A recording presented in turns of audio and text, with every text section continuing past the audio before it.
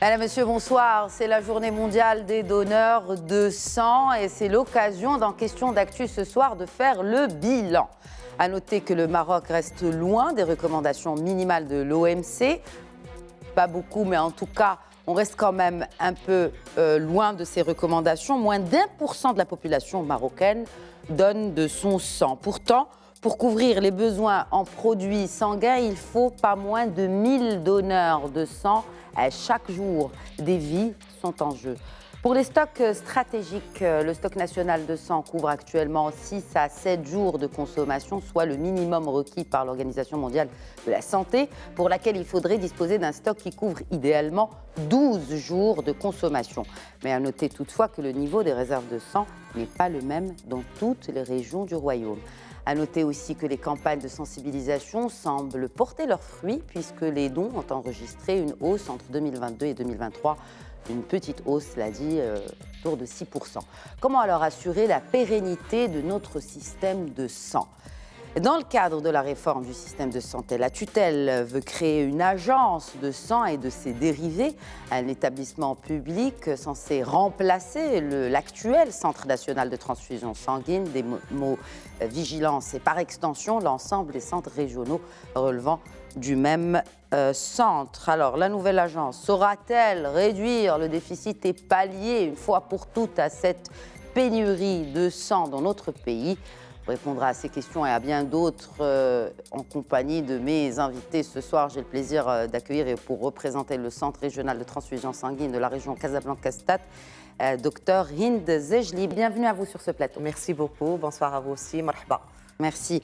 Alors, nous avons également avec nous le président d'une association, intitulée D'amis d'Amouk, Mon sang, ton sang, une association à but non lucratif dont la vocation est de sensibiliser le public marocain à cette culture du don de sang.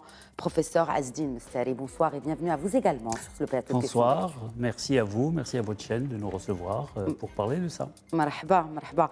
Et nous avons également avec nous l'hématologue professeur Abdallah Madani. Bonsoir. Bonsoir Alella et merci de m'avoir convié à cette émission. Merci à vous d'avoir accepté notre invitation et de répondre à nos questions.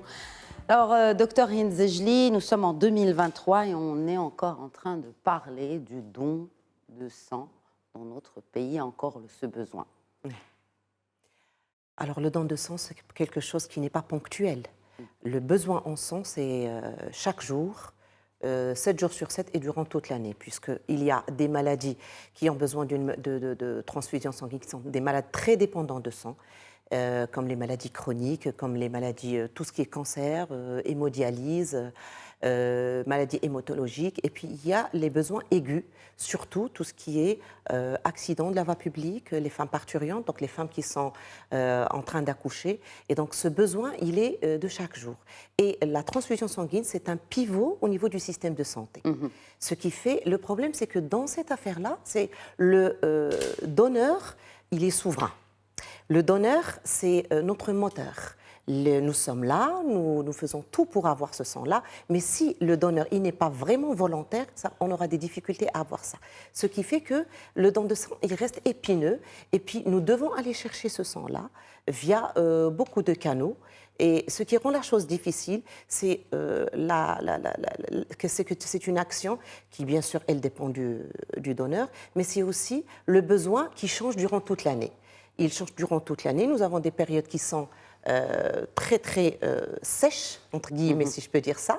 Par exemple, là, dans pas longtemps, il y a Eid al-Adha, il y a la période estivale, où nous peinons à avoir le sang.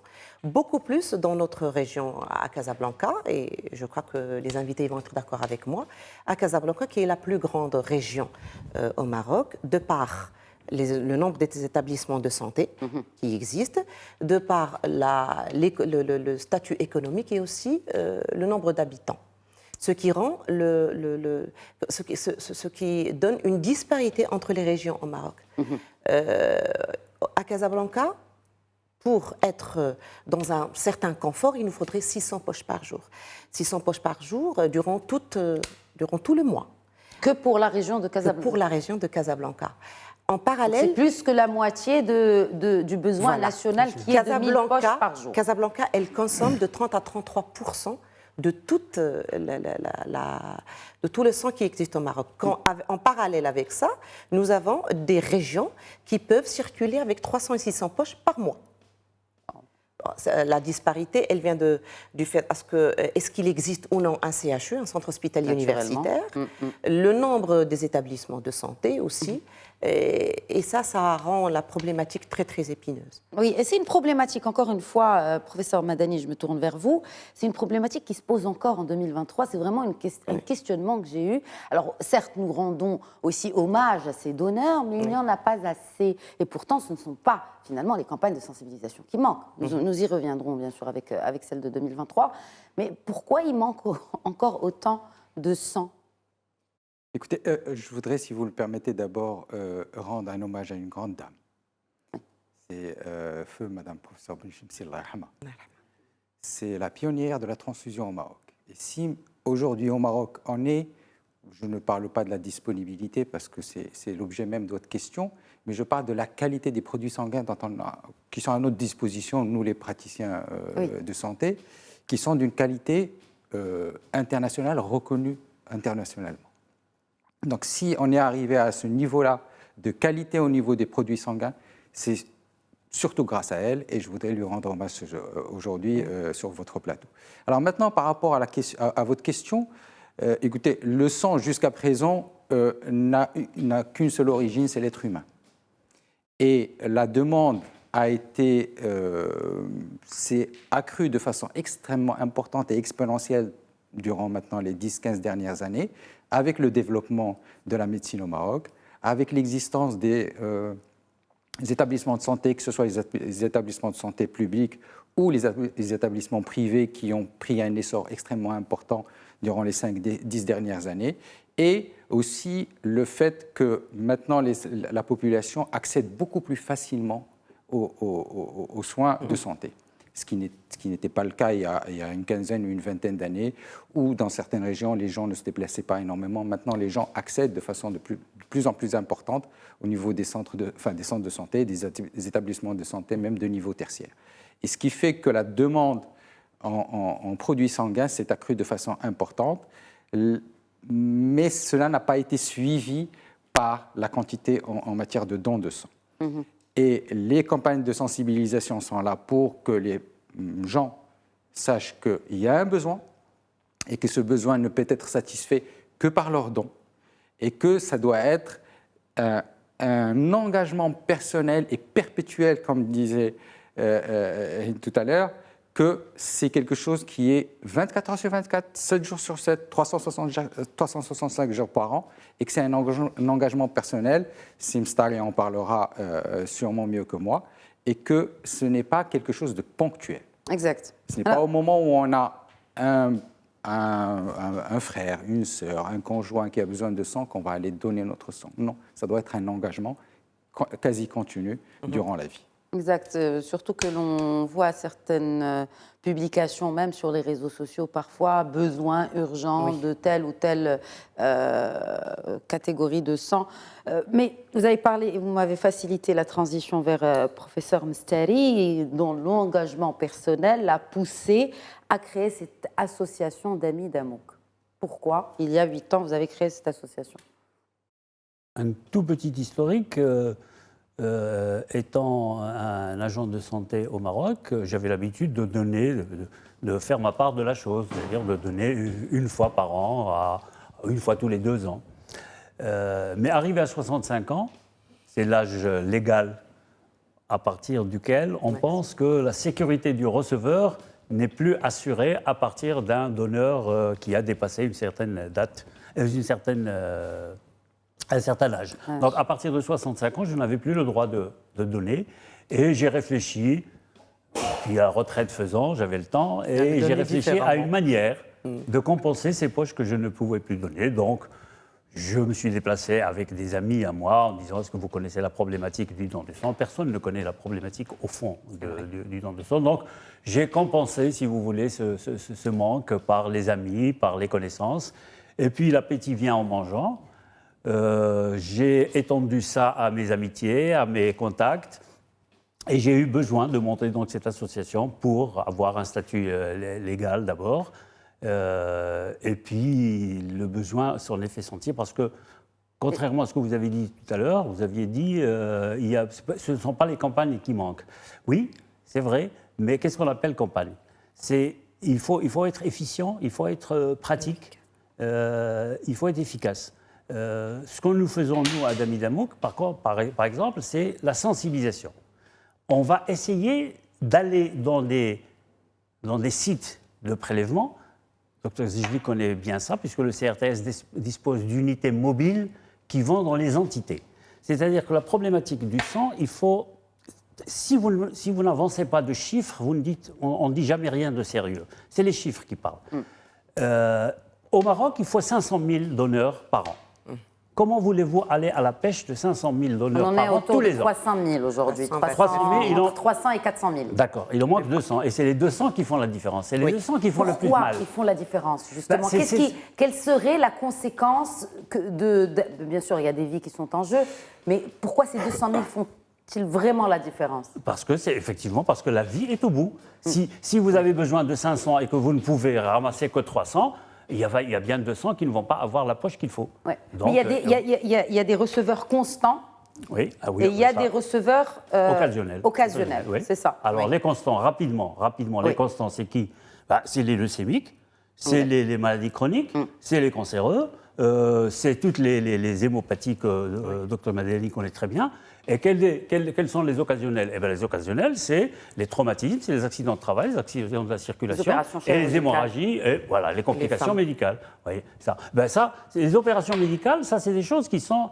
si vous ne donnez pas le sang qu'il faut au moment où il faut, vous pouvez passer à la morgue. Il n'y a pas de problème. Est-ce qu'il y a une priorité, justement, Dr Zijli, sur qui doit bénéficier en premier? Je sais que c'est un choix qui est très, très difficile. Très difficile. Mais il faut trancher. Il y a une priorisation, bien sûr. Une priorisation. Bien sûr, il y a une priorisation. Pour qui? Mais je ne peux pas dire pour qui, mais pour l'urgence en instant I.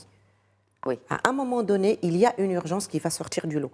Et bien sûr, elle va être, entre guillemets, favorisée. Mais pour ne pas tomber dans ce fait, Est-ce qu'on est déjà tombé? Est-ce qu'il y a déjà eu des conséquences par manque de sang? Oui, bien sûr. Concrètes. Bien sûr, concrètes, bien sûr. On va favoriser une certaine pathologie, un certain cas par rapport à d'autres. Ça, c'est notre pain quotidien. Et on aurait pu être vraiment protégé de ça en ayant un stock qui va nous donner une certaine flexibilité, une certaine confiance dans notre système de livraison. Quels sont les profils types des donneurs? Alors, les profils types de donneurs. Nous avons deux types de donneurs. Nous avons le premier type de donneur, c'est le donneur volontaire. Donc, le donneur volontaire, c'est lui la pierre angulaire. Et puis, nous avons les dons de compensation. Les dons de compensation, ce sont des gens qui ont des malades qui sont hospitalisés et, entre guillemets, il y a une certaine obligation, je n'aime pas dire ce mot, mais c'est la réalité, à renflouer le stock pour qu'ils puissent avoir. Ceci dit, nous, on livre tout le monde. Et donc, ça donne une certaine obligation aux donneurs et qui, parfois, peut ne pas être au beau fixe. Ce que je veux dire, c'est que la sécurité transfusionnelle est quelque chose de très important. Oui. Donc, nous avons des examens qui sont objectifs, qui est le bilan que l'on fait sur l'hépatite B, l'hépatite C, la syphilis, le sida, avec le groupage sanguin. Donc, on fait tout ça. C'est un bilan très, très important. Mais aussi, nous avons la prise de tension, un petit interrogatoire, un petit examen clinique parfois. Mais on peut passer à côté de pathologies. Donc, la sécurité transfusionnelle, elle est sûre quand il y a une personne qui est volontaire. De son plein gré, elle va venir, elle ne va pas mentir, je veux donner mon sang parce que je veux sauver des vies. Mais quand il y a une certaine obligation, on peut parfois avoir des omissions. Une personne qui ne va pas nous dire la vraie pathologie ou les médicaments qu'elle prend. Donc ça indexe directement, ça sanctionne directement la qualité du don de sang. Donc les deux profils. Normalement, il devrait y avoir que des volontaires. Mais ça, c'est notre but. Et on est en train de travailler là-dessus avec toutes les campagnes de sensibilité que l'on fait durant toute l'année et on espère y arriver.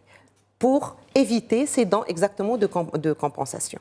Et ce travail-là, il se fait surtout avec les associations qui nous accompagnent, qui sont de vrais partenaires, parce que c'est un don qui est complètement volontaire, complètement où il n'y a pas de profit, hein, et qui n'est pas rémunéré.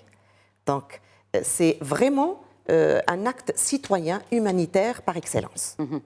Et on voit que plusieurs entités publiques et privées commencent à s'engager aussi pour des campagnes de... Voilà, c'est notre fer de lance. Oui. On est en train de travailler là-dessus très, très sérieusement avec le peu de personnel que nous avons, parce que c'est notre très grand problème, le manque horrible de ressources humaines, avec un départ accru d'un personnel vieillissant qui part et qui n'est pas complètement ni efficacement remplacé, avec le peu de personnes qui réintègrent les... Mais ça, c'est un problème de santé au niveau de tout le Maroc, Oui, c'est pas seulement le ça CNRS. manque de tout, hein, médecins, infirmiers, Voilà. enfin, tout le personnel médical. Et ça impacte, parce que nous avons un personnel, le personnel que nous avons maintenant, il est excellent, avec une expérience formidable. Mais le problème, c'est que pour accroître ce nombre de campagnes, il nous faut des ressources humaines. Et ça, c'est un grand, grand frein à notre développement. Alors, professeur Madani, nous avons parlé donc des profils des donneurs, mais par ratio, quels sont les receveurs qui sont les plus nombreux aujourd'hui au Maroc de ce sang? Vous savez, les receveurs, ce sont les receveurs occasionnels, comme disait Simstar tout à l'heure. C'est les pathologies en ratio, hein, relativement. Parce qu'il y a beaucoup de personnes qui vont avoir une intervention chirurgicale, par exemple. Il y a les accidents de la voie publique, ça demande des fois des quantités importantes de sang. Il y a les parturientes qui vont se compliquer, avoir une complication hémorragique et avoir besoin de sang. Des enfants qui ont des soucis. Et par contre, vous avez de l'autre côté les patients qui sont ce qu'on appelle des transfusés chroniques. Patients qui ont des pathologies essentiellement hématologiques. Alors, vous avez des pathologies qui sont en rapport avec une anomalie du globule rouge, donc qui ont besoin de sang toute leur vie, les thalassémiques, les drépanocytoses et tout ça. Donc, c'est des patients dont le traitement de base est essentiellement une transfusion. C'est une transfusion qui est continue, régulière, pendant toute la vie. Donc, ça, c'est des patients qui consomment énormément de sang, qui ont besoin d'une quantité de sang et d'un sang d'une certaine qualité particulière qui va faire qu'à un certain moment, c'est compliqué de trouver le sang qui leur est nécessaire avec la qualité qu'il faut. Parce que quand vous parlez de qualité? Alors, je vous explique. Par exemple, vous prenez par exemple un thalassémique. D'accord. Alors, normalement, quand on transfuse un patient qui a une transfusion occasionnelle, on va respecter le groupage sanguin, ABO, Rhésus et KEL, et puis ça s'arrête là. Ça, c'est pour quand on a une transfusion une fois, 2 fois, 3 fois dans la vie. Mais quand vous avez une transfusion chaque mois dans toute votre vie, on va devoir respecter ce qu'on appelle les groupes mineurs. Parce qu'il y a, au jour d'aujourd'hui, il y a 40 systèmes de groupes sanguins. Il n'y en a pas que les 2 ou 3 qu'on connaît. Il y en a 40. Il y a 40 systèmes et dans chaque système, il y a plusieurs groupes. Wow. Prenez par exemple le système ABO, il y a 4 groupes. Dans le système Rhésus, il y en a 5. Donc, ce qui fait que, alors, à côté de ça, il y a les groupes majeurs qu'on respecte pour chaque transfusion et il y a les groupes mineurs qu'on doit respecter pour les patients qui sont dits polytransfusés. Et ce qui fait que plus on va dans le détail, moins on a le sang qui est nécessaire. Donc ça, c'est une complication en plus, en marge de tout ce qui est quantité de sang pour ces patients qui sont transfusés tout le temps. Vous avez les patients cancéreux qui, durant toute leur phase thérapeutique avec la chimiothérapie et tout ça, vont nécessiter des transfusions parce que les chimiothérapies vont faire baisser un peu les cellules sanguines. Ça peut durer 1 année, 2 ans en fonction du cancer et du traitement qui est instauré. Et donc, c'est une durée de transfusion, mettons, qui est intermédiaire entre un transfusé occasionnel et un transfusé chronique. Donc, ce qui fait qu'à un certain moment, mais ça ne représente pas beaucoup par rapport à la population générale qui va avoir besoin d'une transfusion occasionnelle. Reste le souci des transfusions urgentes. Oui. Comme disait Hind, à l'instant I, il faut avoir du sang disponible de qualité à proposer aux patients. Et ça, c'est ce qui fait que c'est la disponibilité d'un stock qui va permettre de répondre. Compatibles, parce qu'il peut y avoir le stock, mais qui ne soit pas compatible au groupe sanguin du patient. Des fois, on tombe dans des situations sur des groupes qui sont très rares, le O négatif, le AB négatif et tout ça. Mais bon, c'est des groupes qui sont rares et que si le patient a besoin de ce groupe-là, en principe, le stock est fait de façon à avoir des groupes rares. Et qui soient à disposition, même si c'est en quantité qui est limitée. Vous avez les exsanguinotransfusions chez le nouveau-né. Exsanguinotransfusion. Alors, ça, c'est un petit peu, le jargon. Moi, je pense que la majorité des téléspectateurs qui nous regardent ne peuvent pas comprendre. C'est-à-dire qu'on va devoir changer le sang du nouveau-né parce qu'il y a une incompatibilité de groupe sanguin entre la maman et le fœtus. Non, entre la maman et le fœtus et la maman et le papa derrière. Et ce qui fait que ça, c'est que du O négatif derrière. D'accord. Bon, heureusement que c'est un petit qui a 3 kilos, donc il n'a pas besoin d'énormément de sang. Mais c'est du O négatif et il faut qu'il soit à disposition au moment où il en a besoin, c'est-à-dire juste après la naissance.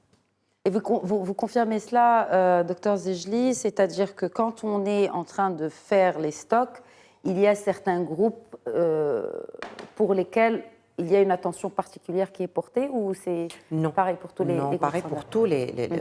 C'est une loterie. Hein, quand 100 personnes arrivent, on en a absolument de toutes les couleurs. Mais il n'y a pas une attention spécifique pour un certain groupe, sauf un peu pour le O négatif, parce que c'est le sang qui va être transfusé en premier lieu, surtout chez les bébés, surtout chez les nouveau-nés. Et quand on a un besoin, une extrême urgence sur un patient qui n'a pas de groupage. Voilà. Alors, quand je dis l'extrême urgence, c'est le quart d'heure et la demi-heure.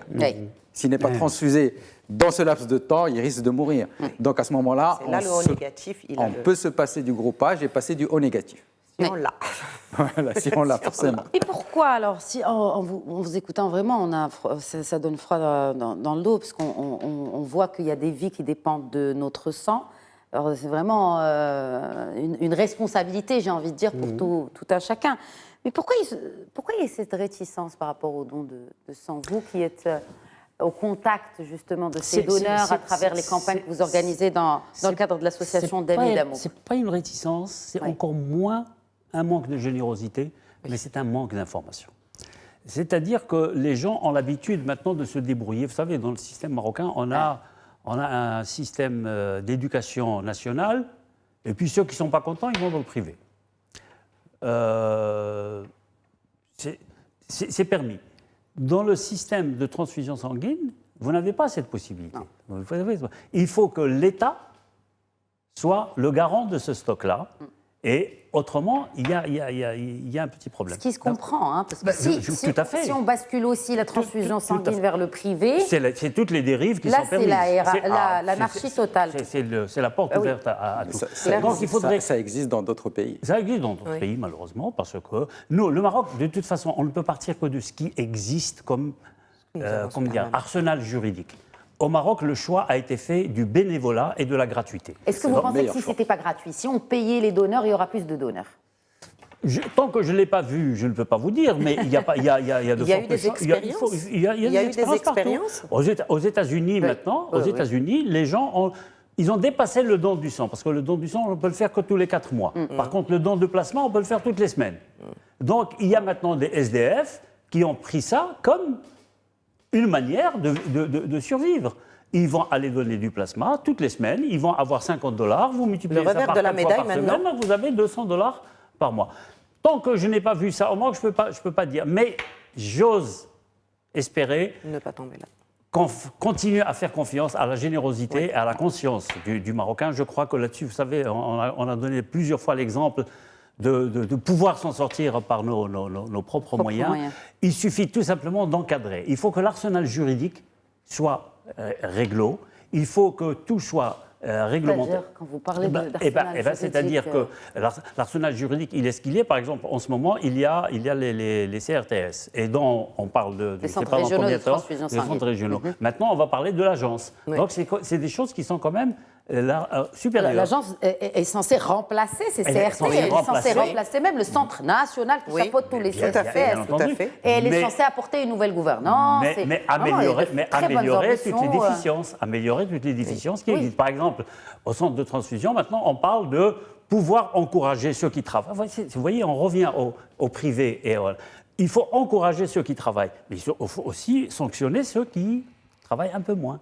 Donc la possibilité maintenant sera donnée par cet arsenal-là. J'espère que ça va aller. Je fais confiance au département ministériel qui ont pondu ce texte-là. C'est censé être organisé en société anonyme, c'est-à-dire que c'est un peu un organisme détaché de la tutelle déjà et qui devrait s'autogérer. Donc ça veut dire qu'il doit y avoir une certaine autonomie, une certaine autonomie financière. Bien sûr. Mais cela induit qu'il y ait des prestations payantes. Pour revenir à rebondir sur votre question de tout à l'heure, il n'y a pas assez de communication. Oui. Et si vous prenez n'importe quel ministère au Maroc, est-ce que vous croyez que la rubrique communication est suffisante, par exemple en matière de santé publique et en matière de don de sang? Est-ce que vous croyez que les CRTS disposent d'une rubrique de communication capable de pallier aux déficiences? Non. La seule manière de pallier aux déficiences, c'est de faire de l'efficacité dans ce que vous faites.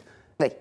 À Dami Damouk, par exemple, on ne travaille plus avec les individus. Alors avant, on allait chercher les individus, mais c'est peine perdue, parce qu'un individu, d'abord, ça se compte par unité, par dizaines.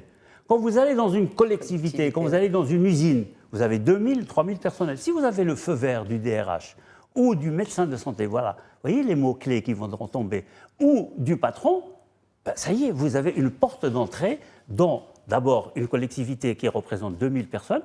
Donc, si vous faites 10%, 15%, ça vous fait 300 poches. 300 personnes, ben oui. Vous voyez ? Et ça vous fait surtout une fidélisation et une reproductibilité. C'est-à-dire que vous savez que vous avez agi, par exemple, chez Marsa Maroc cette année. Sans citer de nom. Sans citer de nom. Dites Médien TV parce qu'on le fait aussi. C'est pas de la publicité, ça. À Médien TV, ce genre d'opération est faite et il y a beaucoup de mes chers collègues qui donnent de leur sang. Exactement. Donc vous connaissez le DRH de la boîte, pour ne pas dire de nom. Oui. Vous connaissez le médecin du travail. Vous connaissez le patron. Eh bien, la deuxième fois, vous avez besoin de 2, 3, 4 coups de fil pour organiser la collecte et vous allez pour reprendre les... Donc, il faut faire des choses qui sont, comment dirais-je, qui sont rentables. Pour ceux qui sont. Et il faudrait... Après, vous avez un rapport avec les gens individuellement, vous pouvez les honorer, vous pouvez les valoriser. Moi, mon rêve, c'est de former au Maroc ce qu'on appelle la maison du donneur de sang. Pourquoi ? Parce que ce Marocain qui va donner son sang, c'est vraiment un ange.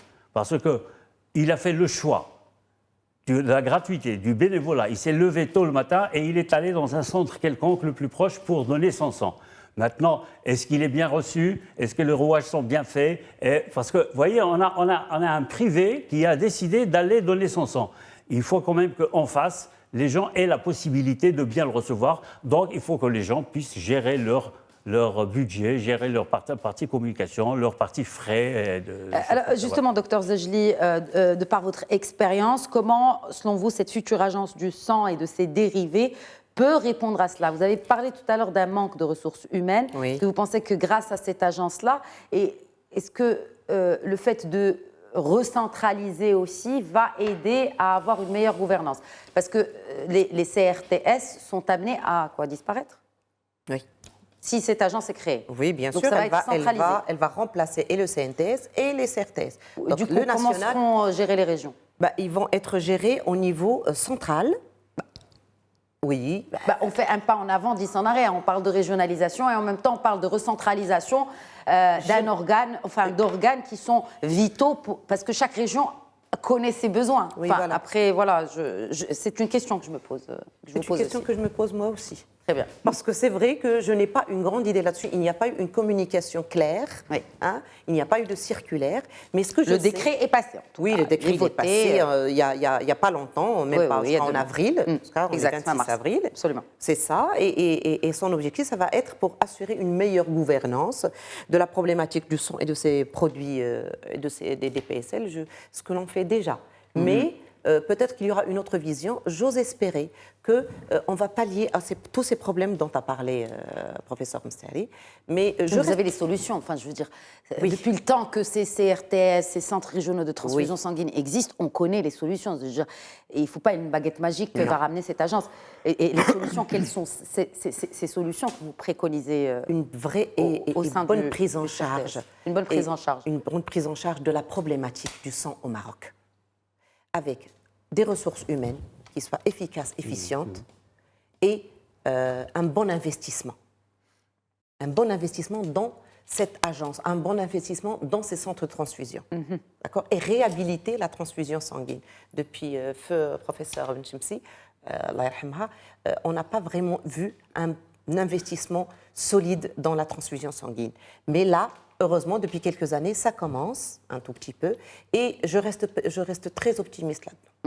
Quand vous dites investissement, c'est-à-dire investir dans des unités mobiles, investir dans des budgets de communication comme voilà, partout. tout à l'heure. Et je peux vous dire qu'ici à Casablanca, on a déjà commencé à le faire. Ça porte ses fruits parce que on a vu le changement, on a vu qu'il y a de plus en plus de donneurs. Grâce à la communication, grâce à une très bonne politique qui a été suivie à Casablanca, mais ce n'est pas le cas de tout le Maroc. Et donc j'ose espérer avec l'agence que ça va toucher tout le pays. Alors, je vais poser des questions un peu techniques au professeur Madani qui est hématologue. Quelle est la durée, d'abord, peut-être la date de péremption d'une poche de sang? Alors, ce qu'on appelle les produits sanguins labiles, mais Hind parlera mieux que moi sur ça, parce qu'elle connaît beaucoup.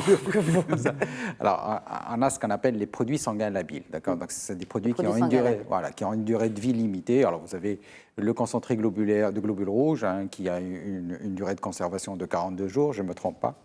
Puis, vous avez le concentré plaquettaire, qui a une durée de conservation de 5 à 7 jours. Et puis, vous avez le plasma frais congelé, qui, lui, peut être conservé pendant 1 an à moins de 30 degrés. Okay. Donc, alors, c'est des durées de conservation qui sont relativement courtes, essentiellement pour les plaquettes, c'est moins d'une semaine.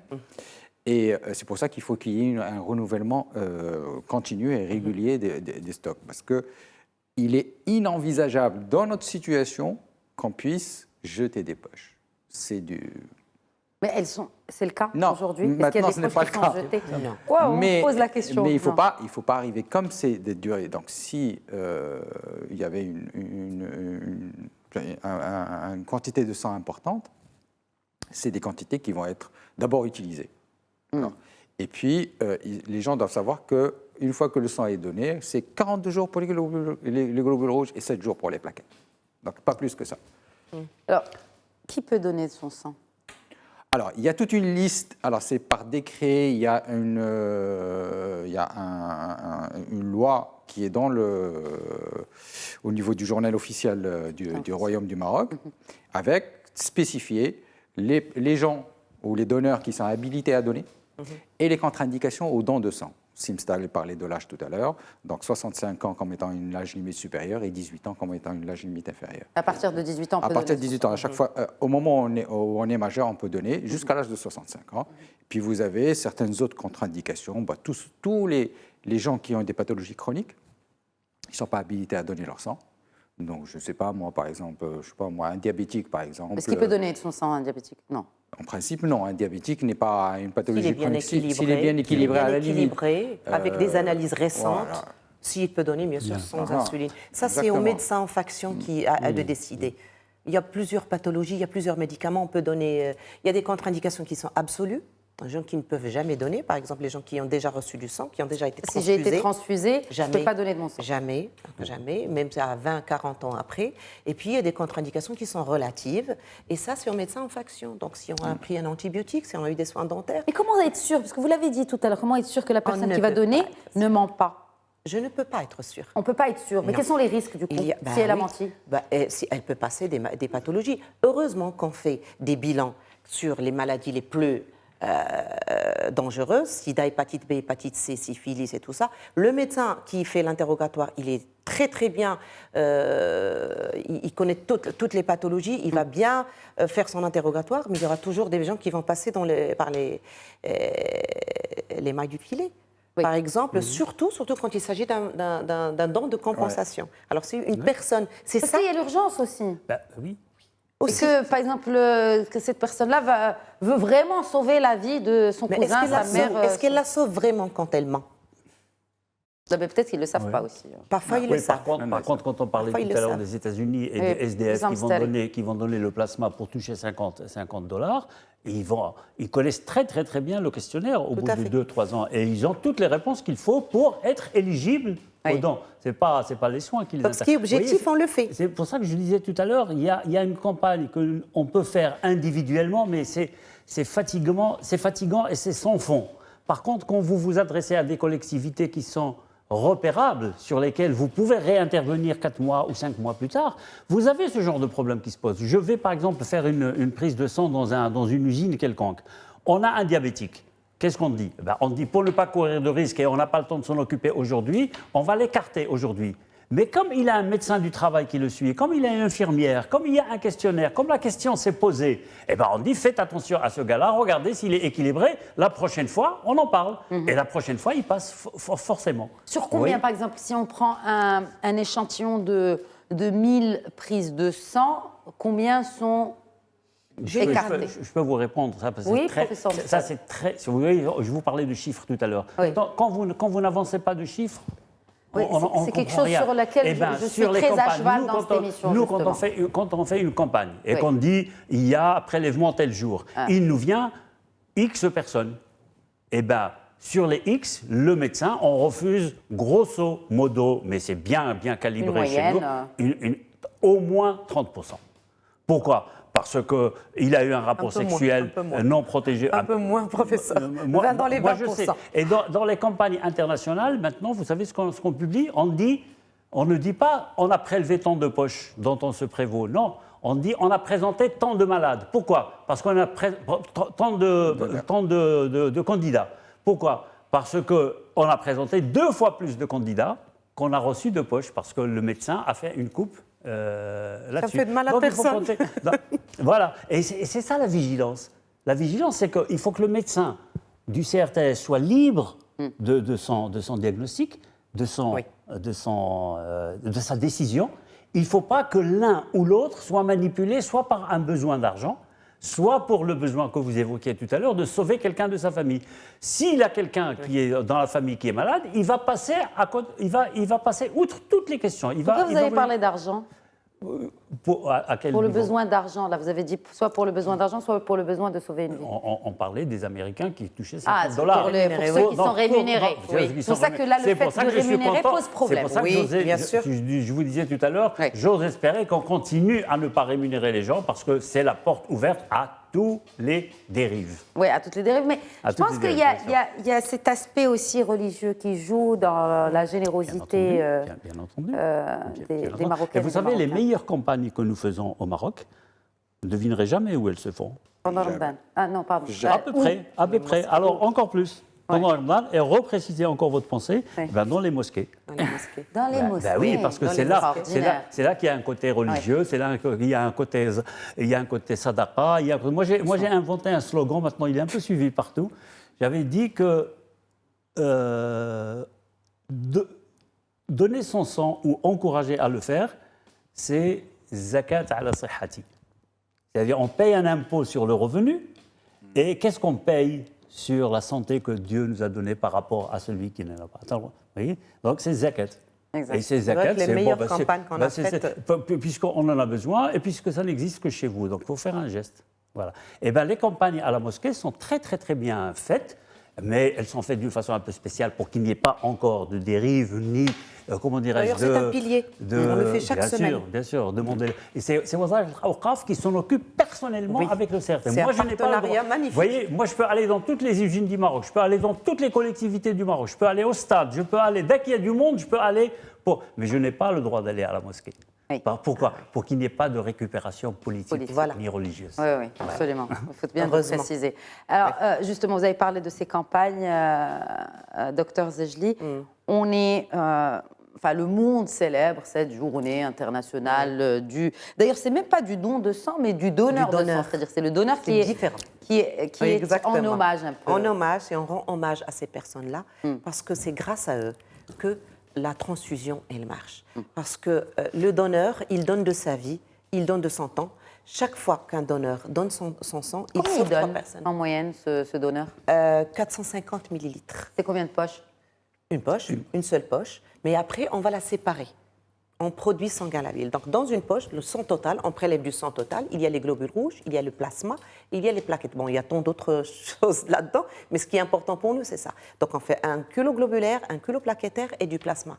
Parce que comme ça, on optimise ce don de sang, parce que tous les malades n'ont pas besoin de tous ces produits sanguins. Très bien. Donc, il y a des personnes qui n'auront besoin que de culots globulaires, d'autres que de plasma et d'autres que de plaquettes.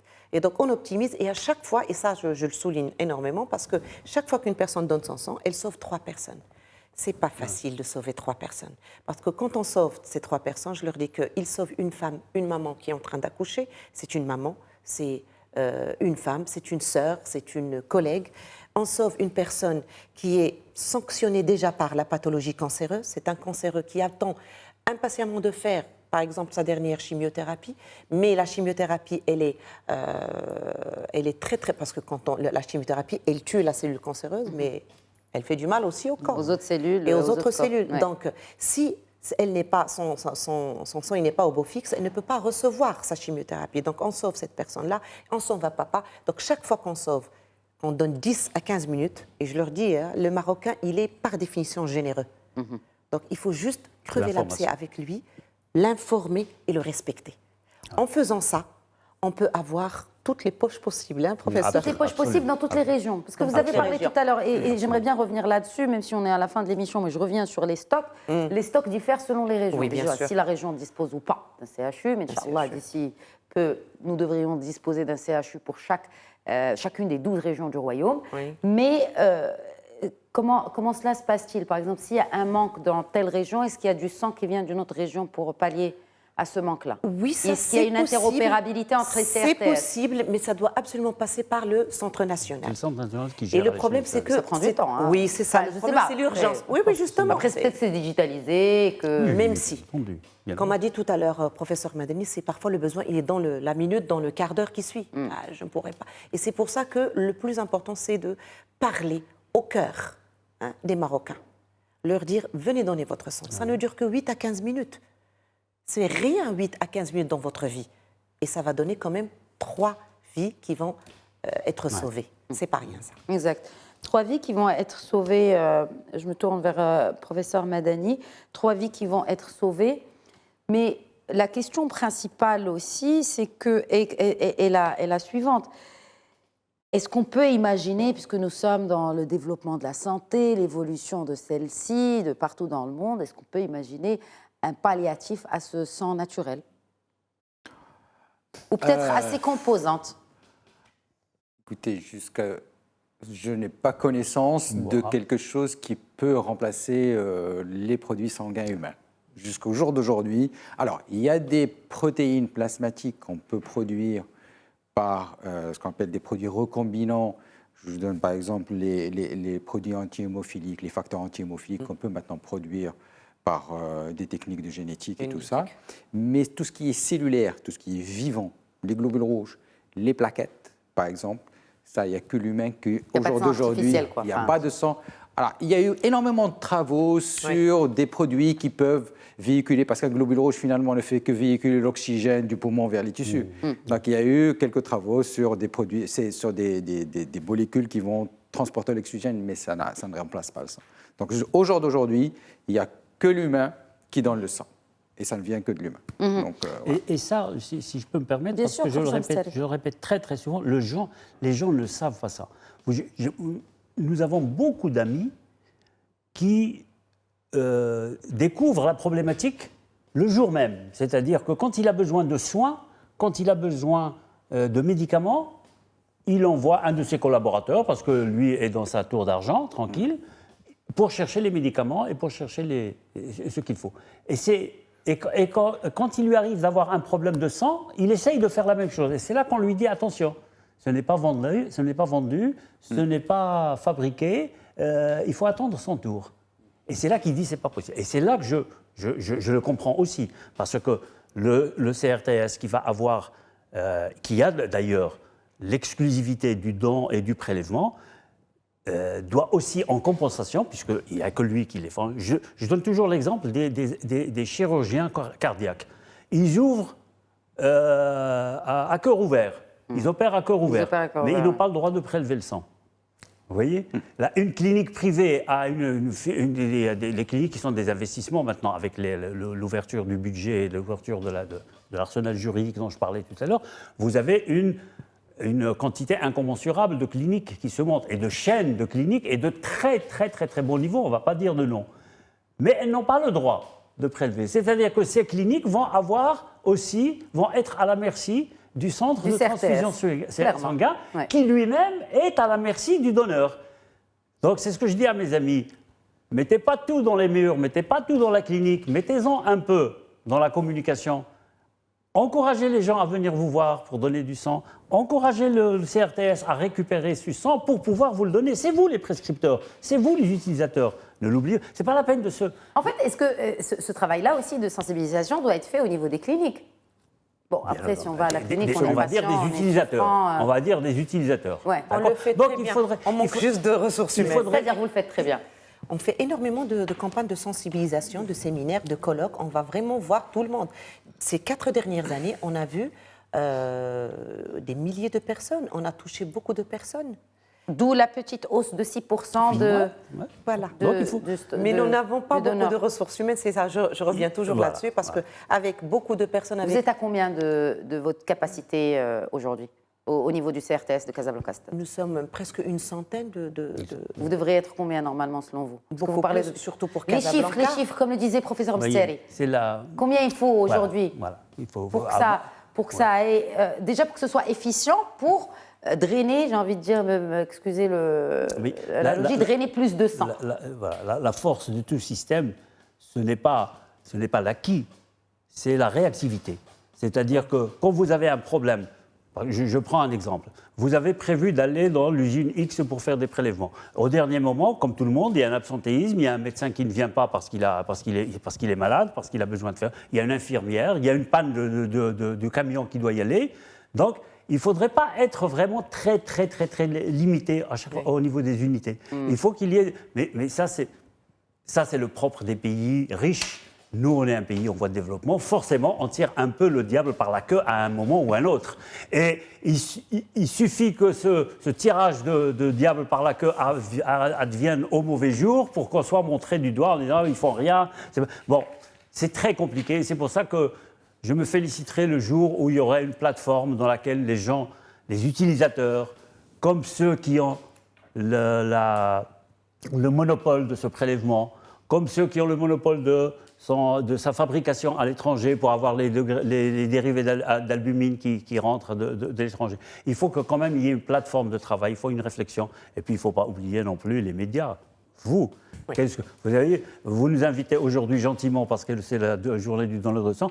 Pas gentiment parce que l'émission, c'est une émission d'actualité, c'est d'actualité. D'accord, mais on ne reviendra pas l'année prochaine si d'ici là, vous n'avez pas fait un effort avec nous de communication ciblée sur ce problème-là. C'est-à-dire, mais nous sommes... Comment ça, ciblé? On veut de la communication, on veut de la communication. Voilà. Voilà, mais il faut voir ça aussi avec la tutelle. On en reparlera hors antenne. On a besoin aussi de ressources, on ne pas croire. On peut vous aider à trouver quelques annonceurs. Vous aimez bien ça? Écoutez, les annonceurs... C'est pas moi qui aime bien ça, mais effectivement, pour chaque média, c'est vital. C'est vital. Mais en tout cas, je pense que effectivement, j'aimerais bien qu'on termine, et c'était vraiment ça la chute de cette émission. Je l'avais imaginé ainsi. Il y a ce slogan cette année, une goutte de sang, une goutte de vie. J'aimerais bien finir avec un slogan ou en tout cas un message de chacun de vous. C'est un plateau très complémentaire. Nous avons avec nous un praticien, un hématologue. Nous avons avec nous la société civile qui est représentée par professeur Msteri et la représentante du centre régional de transfusion sanguine. Je commencerai par vous, professeur Medani. Je ne voudrais pas voler la vedette à Msteri, mais ce qu'il a dit tout à l'heure sur cette notion de zakat, je trouve que si c'est un slogan qui sort dans une capsule quotidienne, pertinent. Je pense que ça sera extraordinaire et que l'année prochaine, on n'aura pas besoin de venir. On espère. Magnifique. Il n'y a pas mieux. Il n'y a pas mieux. On peut pas. C'est vrai que vraiment, il n'y a pas mieux. C'est très difficile d'avoir quelque chose qui soit plus percutant, Ouais, j'ai envie de je dire, pense. et qui touche vraiment toute Marocaine et tout Marocain qui nous regarde en tout cas. Et franchement, je le redis à la fin de cette émission, je l'ai dit au début de cette émission, nous sommes en 2023, c'est quand même inadmissible qu'on soit encore là à demander aux gens de donner de leur sang. Ça prend certes 8 à 10 minutes, ça sauve 3 vies. Ou ça peut sauver en tout cas 3 vies. C'est une responsabilité que nous avons tous sur nos épaules et il faudrait qu'on s'épaule davantage. Nous sommes des Marocains, nous sommes musulmans, mais avant tout, nous sommes humains. Oui. Merci beaucoup. Merci, professeur Msteri. C'est un plaisir de vous accueillir. J'espère qu'on aura l'occasion de vous accueillir, mais pas pour demander du don de sang, mais pour dire que voilà, les choses ont bien évolué. Inch'Allah, l'année prochaine. Docteur Zejli, merci beaucoup. Merci à vous d'avoir répondu à notre invitation. Et professeur Madani, merci à vous également. Mais c'est moi qui vous remercie, Allel. Merci à nos chers téléspectateurs de donner de votre sang. Merci pour votre fidélité à cette émission d'actualité qui, je l'espère, pourrait changer quelque chose dans ce sujet aussi vital qu'est le don du sang. Très bonne soirée à tous.